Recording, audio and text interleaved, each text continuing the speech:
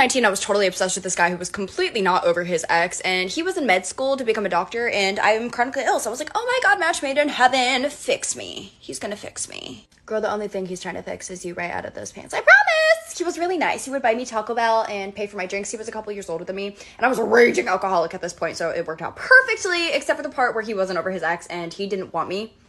The only time he would want to hang out with me was late at night in the back of his car and in jacuzzis, which was nice until it wasn't.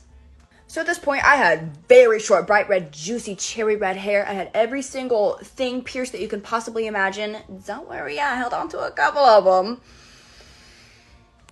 But I was definitely not the kind of girl that he wanted, like, long term. So inevitably, girlies, you know how this goes. He starts to pull away, and you go, oh no, what did I do? I thought I was Ramona Flowers to you. What happened? What happened? I thought that we had such a good connection that one time.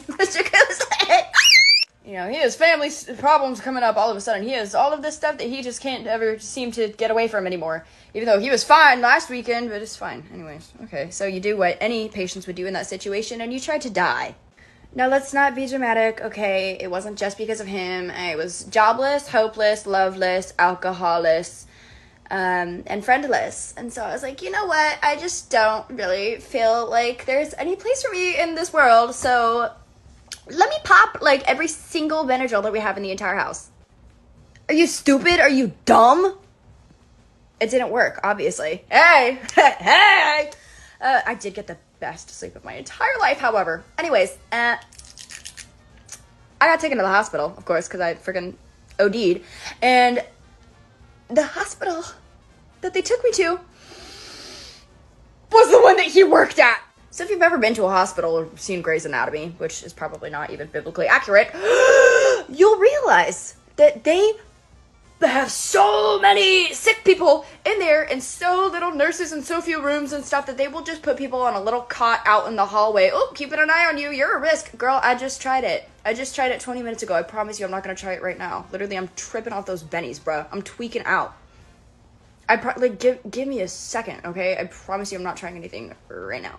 Like, personally, I would just like to say, I feel like it's kind of a private thing, okay? Like, don't put yourself on such a high horse that you think I'm gonna try to do anything in front of you. Okay, come on. So anyway, I'm out in this hallway. Just me and my thoughts and the Benadryl. Okay, and I was tweaking out, bruh. I've taken a lot of substances. Never in my life have I been like, whoa, the way that I was then. I'm like sat up in that bed. Whoa. And I was convinced that I saw him. Every single man that I saw who was tall wearing glasses, I was like, what do you know? Like, you know him? Do you know him? Are you him? Am I me? Like,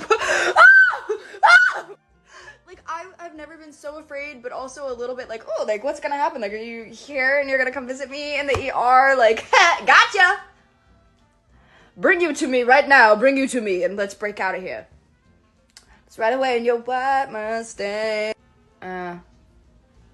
So I never actually got, like, a concrete answer. Was that you? Because, that was kind of humiliating, like, I must say. That was a little bit embarrassing. You know, I tried for a relationship, didn't work. Tried to not be alive anymore. That didn't work. I don't know which is more embarrassing.